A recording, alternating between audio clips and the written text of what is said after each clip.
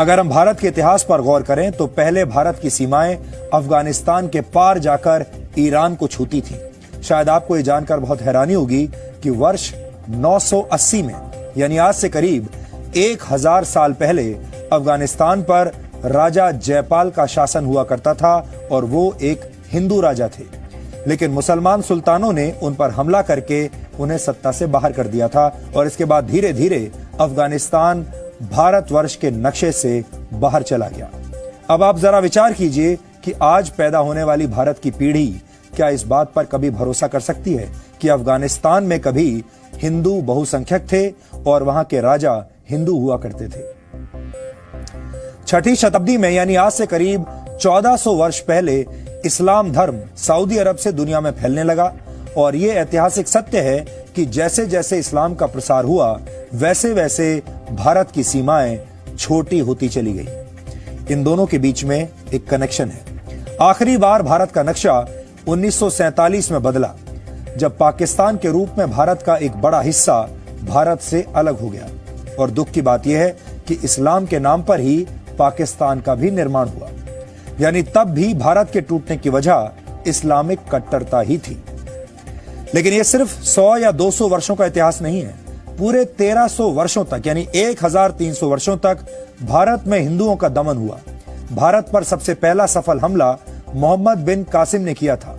संविधान का निर्माण करने वाले डॉक्टर भीमराव अंबेडकर ने अपनी एक किताब में इस ऐतिहासिक घटना का जिक्र किया है। इस किताब का नाम है पाकिस्तान या भारत का विभाजन। ये किताब इस वक्त मेरे हाथ में है। इसमें से कुछ पढ़कर आपको आज सुनाऊंगा। पाकिस्तान अथवा भारत का विभाजन, डॉक्टर BR अंबेडकर ने इस किताब को लिखा है। ये देखिए, ये वो किताब है। इसी को आज मैं कोट करने वाला हूं आपके सामने। भारत पर पहला हमला करने वाले मोहम्मद बिन कासिम ने सिंध की विजय के बाद अरब के खलीफा हजाज को एक पत्र लिखा था। इस पत्र में क्या लिखा था, इसका जिक्र BR अंबेडकर की इस किताब में मिलता है। और क्या उसमें लिखा है मैं आपको बताता हूं। इसमें लिखा है, इस संबंध में हजाज को भेजे गए एक पत्र में मोहम्मद बिन कासिम का एक उल्लेख विचारणीय है। राजा दाहिर के भतीजे, उसके योद्धाओं और प्रमुख अधिकारियों को ठिकाने लगा दिया गया है और मूर्ति पूजकों को या तो इस्लाम में दीक्षित कर दिया गया है अथवा उन्हें तबाह कर दिया गया है। मूर्तियों वाले मंदिरों के स्थान पर मस्जिद और अन्य इबादत स्थल बनाए गए हैं। कुतबा पढ़ी जाती है, अजान दी जाती है ताकि निर्धारित घंटों पर इबादत हो सके। तकबीर और अल्लाहू अकबर की सदाएं हर सवेरे शाम गूंजती हैं। यह पत्र राजा के सिर के साथ भेजा गया था। इसे प्राप्त करने के बाद हज ने अपने सेनापति को निम्नलिखित पत्र भेजा। अब हजाज ने क्या वापस पत्र भेजा वो भी सुनिए। उन्होंने लिखा अपने सेनापति को, इसके अलावा तुम सभी बड़े और छोटे को सुरक्षा दो, शत्रु और मित्र में भेदभाव न करो। खुदा का कथन है कि मूर्ति पूजकों से कोई रियायत न बरतो। मूर्ति पूजकों से यह मतलब है हिंदुओं का। मूर्ति पूजकों से कोई रियायत न बरतो अपितु उनके गले काट दो। ये समझ लो कि यही महान अल्लाह का आदेश है। तुम्हें अभयदान देने के लिए तुरंत तैयार नहीं होना चाहिए क्योंकि इससे तुम्हारा काम और बढ़ जाएगा। इसके बाद उन दुश्मनों के अलावा जो सामान्य सैनिक हैं किसी को न बख्शो। ये BR अंबेडकर की किताब है। भारत में हिंदुओं के नरसंहार का एक लंबा इतिहास रहा है और वो भी आज हमने आपके लिए निकाला है। वर्ष 1265 में दिल्ली सल्तनत के सुल्तान गयासुद्दीन बलबन ने मेवात में 1 लाख राजपूतों का कत्ल करवा दिया था। मेवात आज भारत के हरियाणा राज्य का जिला है। वर्ष 1303 में दिल्ली के सुल्तान अलाउद्दीन खिलजी ने चित्तौड़ पर हमला करके 30,000 हिंदुओं का कत्ल कर दिया था। वर्ष 1353 में तुगलक वंश के सुल्तान फिरोज शाह तुगलक ने बंगाल में 1,80,000 हिंदुओं का कत्ल करवाया और वर्ष 1365 से लेकर 1367 तक 2 वर्ष के अंदर 5 लाख हिंदुओं का कत्ल करवा दिया। इसके बाद वर्ष 1398 में तैमूर लंग की सेना ने दिल्ली पर हमले से पहले 1 लाख हिंदू कैदियों की हत्या करवाई। मुगल सम्राट अकबर ने नरसिंहपुर में 48,000 हिंदुओं का नरसंहार करवाया था। ये जगह अब मध्य प्रदेश में है। और वर्ष 1568 में अकबर ने चित्तौड़गढ़ पर हमला करके 30,000 हिंदुओं को मरवा दिया था। इस हमले में 8,000 राजपूत महिलाओं ने जौहर कर लिया था, यानी खुद को मार डाला था। वर्ष 1338 में ईरानी हमलावर नादिर शाह ने भारत पर हमला करके 2 साल के अंदर 3 लाख हिंदुओं को मरवा दिया था। इसके बाद हिंदुओं को थोड़ी राहत मिली, क्योंकि पंजाब में सिख और महाराष्ट्र में मराठों ने मुगल साम्राज्य की नींव हिला दी।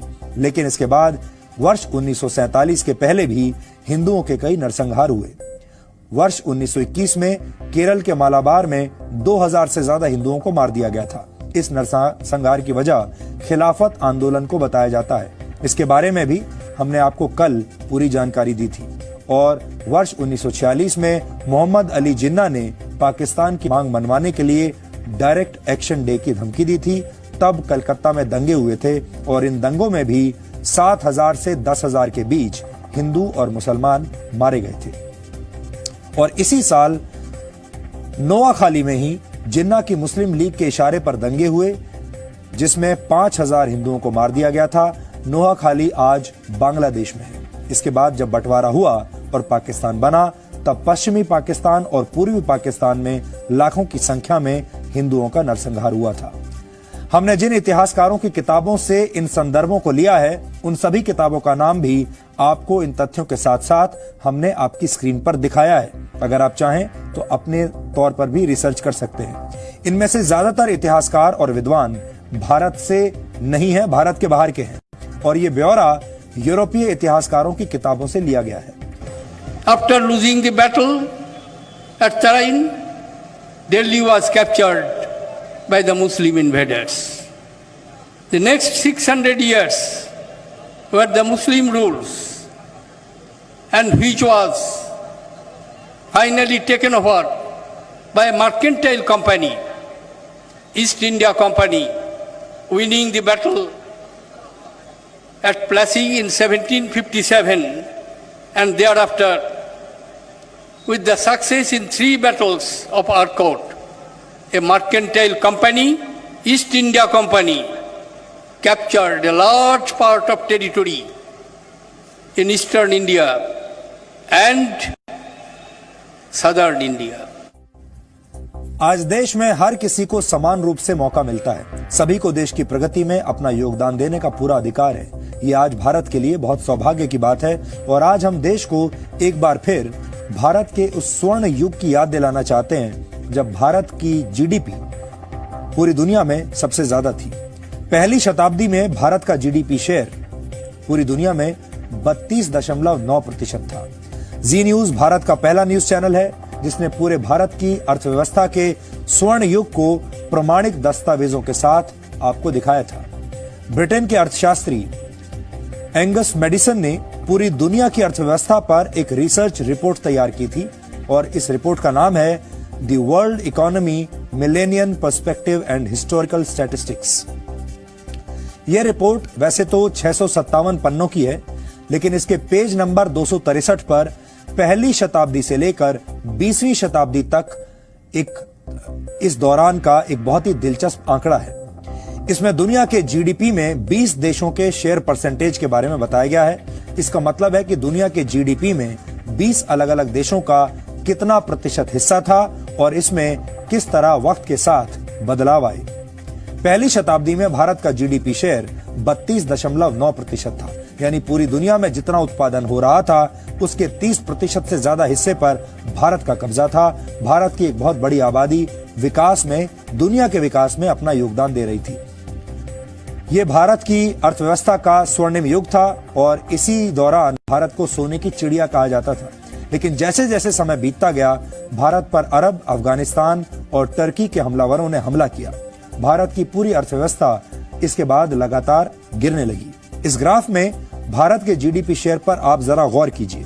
जैसे जैसे वक्त गुजरता गया, वैसे वैसे भारत का जीडीपी शेयर कम होता चला गया, गिरता चला गया। पहली शताब्दी और उससे पहले का समय भारत के लिए स्वर्ण युग था। ये वो दौर था जब भारत को सोने की चिड़िया कहा जाता था। तब वर्ल्ड ऑर्डर में भारत नंबर 1 पर था।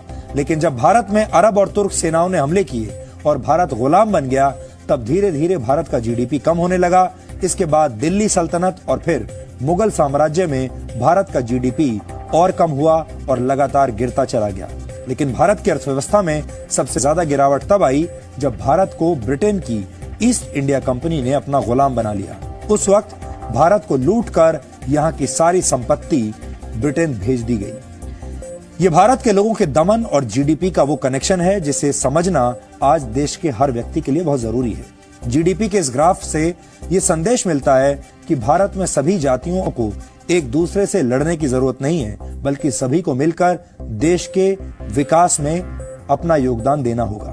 तभी भारत दोबारा अपने स्वर्ण युग को प्राप्त करेगा।